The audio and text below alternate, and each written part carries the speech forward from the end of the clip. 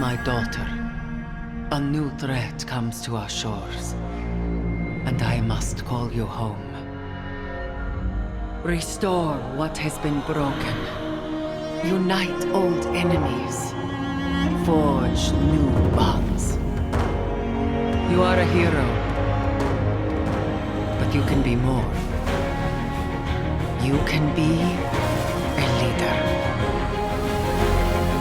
You are Wonder Woman.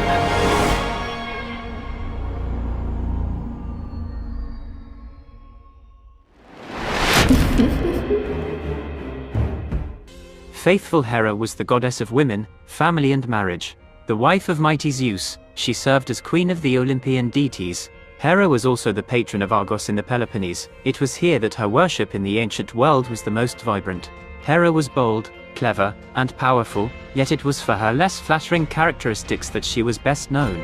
Above all else, Hera was a jealous and vengeful goddess, who struggled with her husband's many infidelities, and raged against his many lovers mortal and divine. In the end, her constant anger and consistent inability to exact the revenge she sought spoke powerfully to the place and perception of women in ancient Greece.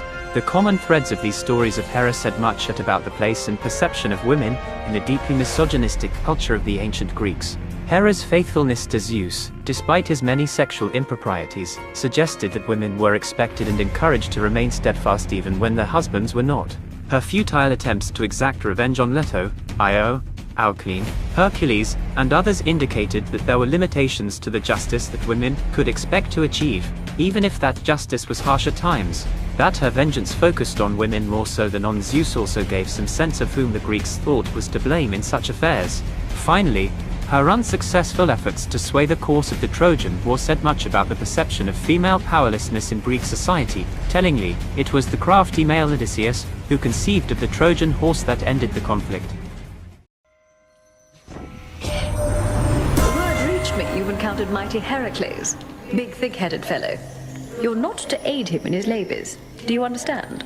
He's in the middle of what we Olympians like to call a journey of self-discovery.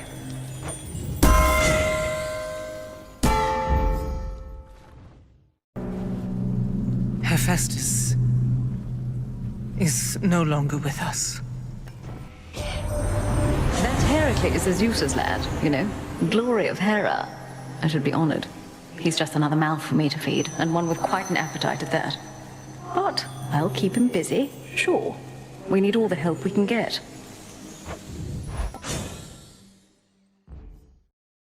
What do you want?